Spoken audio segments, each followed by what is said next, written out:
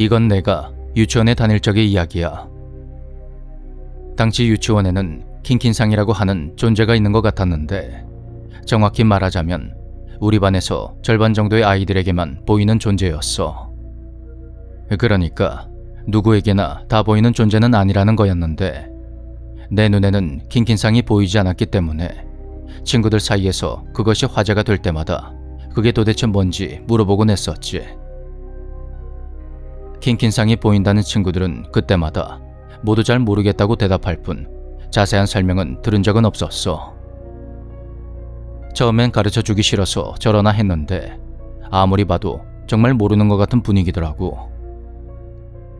확실히 보이긴 하는데 그걸 말로 설명하기는 조금 어려운 느낌이랄까. 그러던 어느 날, 난 선생님에게 킨킨상에 대해서 물어봤어. 당시 아이들 사이에서 큰 화제거리였으니 어른인 선생님도 당연히 알고 있을 거라 생각했는데, 선생님은 오히려 그런 이야기는 처음 듣는다며 나에게 되물어보더군.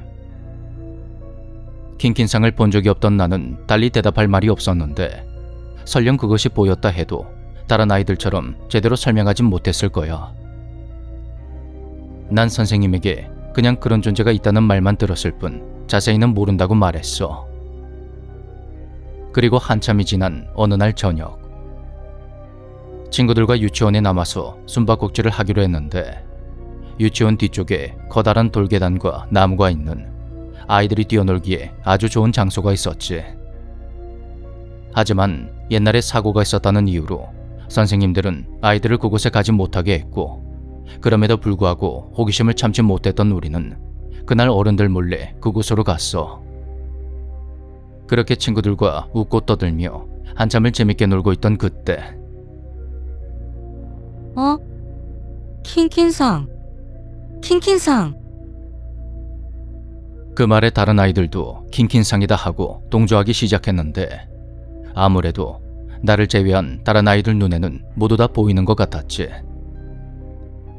킨킨상을 보지 못한다고 해서 아이들이 바보 취급을 한다거나 놀리는 일은 없었지만, 나 혼자서 그것을 못 본다고 생각하니 왠지 모르게 부끄러워졌어.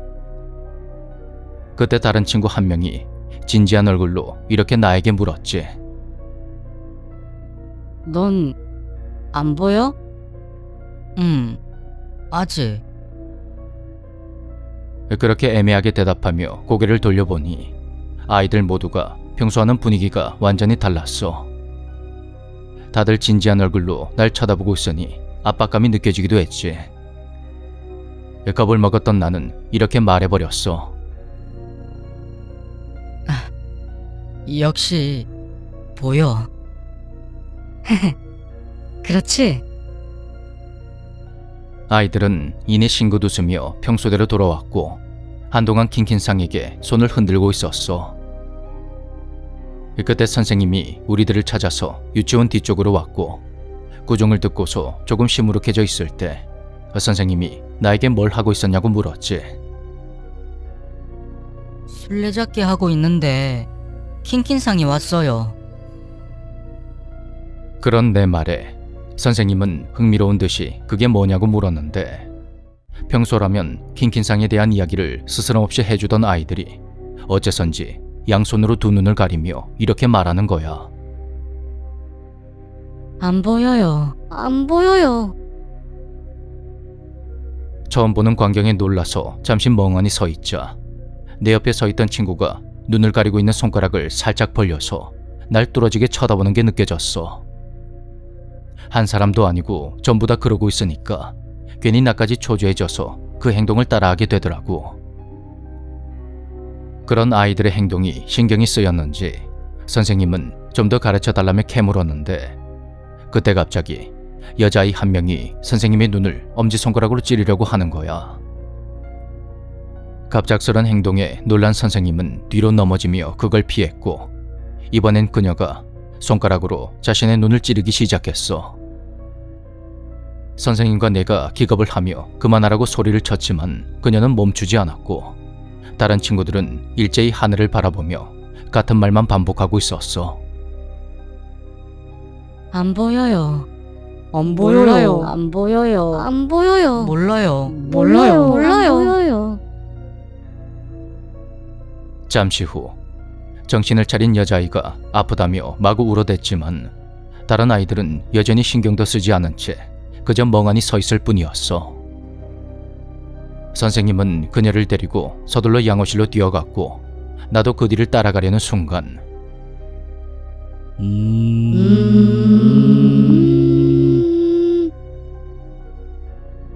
등 뒤쪽에서 아이들이 마치 휴대폰 진동음이 울리는 것 같은 그런 소리를 내기 시작했어. 그 후로 한바탕 소동이 일어나서 학부모들까지 불려왔지만 원인은 끝내 밝히지 못했고 그 일이 있고 일주일 정도 지나서 여자아이는 이사를 가게 되었어. 선생님은 당일 아침에 갑자기 그 사실을 알렸고 그녀는 대충 인사만 하고 그렇게 떠나갔지. 자신의 어머니와 함께 있었던 그녀는 두 눈을 붕대로 가리고 있었어. 내가 지금까지 고마웠고 다른 곳에 가서도 힘내라는 말을 전하자 그녀가 이렇게 말했어. 킨킨상에게 거짓말하면 안 돼. 사실 그녀의 어머니를 몇 번 본 적이 있었는데 그날은 왠지 전혀 다른 사람처럼 느껴지더라고. 난 마지막 인사로 그녀에게 손을 흔들어 주었는데 그 다음 말을 듣고 순간 내 귀를 의심하고 말았어. 죽어버렸으면 좋았을 텐데. 이 이야기에 대한 후일담은 딱히 없어. 도대체 무슨 일이었는지 솔직히 아직도 잘 모르겠다.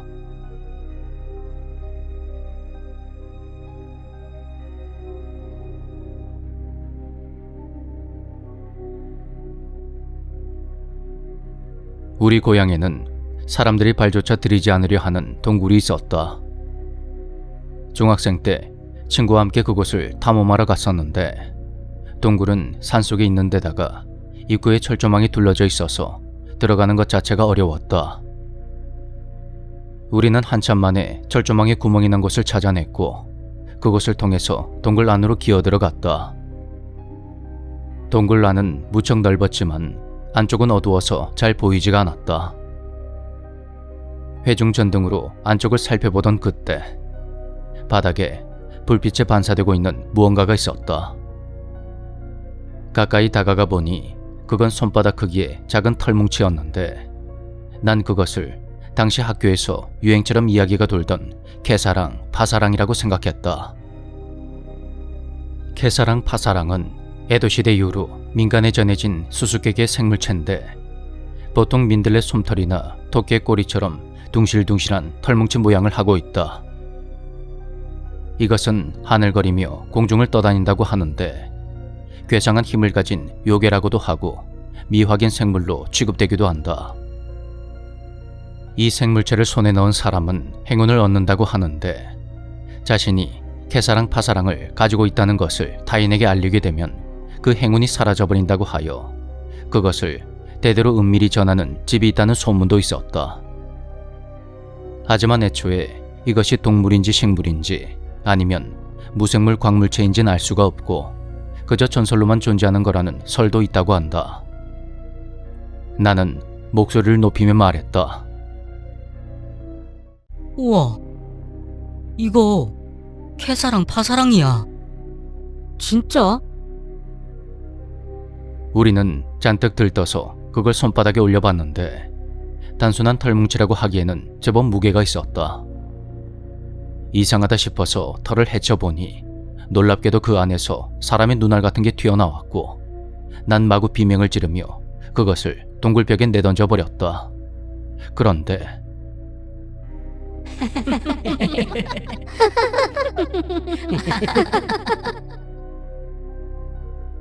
그 순간 동굴 안에서 수많은 아이들의 웃음소리가 들려오기 시작했다.